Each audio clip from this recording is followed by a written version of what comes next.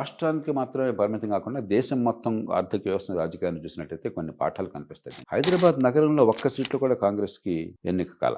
రాష్ట్రంలో అధికారం పొందినా కూడా హైదరాబాద్ నగరం తెలంగాణ రాష్ట్రంలో దాదాపు 30% జనాభా ఉంది, దాదాపు 75% ఆర్థిక వ్యవస్థ ఉంది. అంటే హైదరాబాద్ లేకపోతే తెలంగాణ లేదు దాదాపు. అలాంటి హైదరాబాద్లో ఒక్క సీటు కూడా కాంగ్రెస్ కాడ.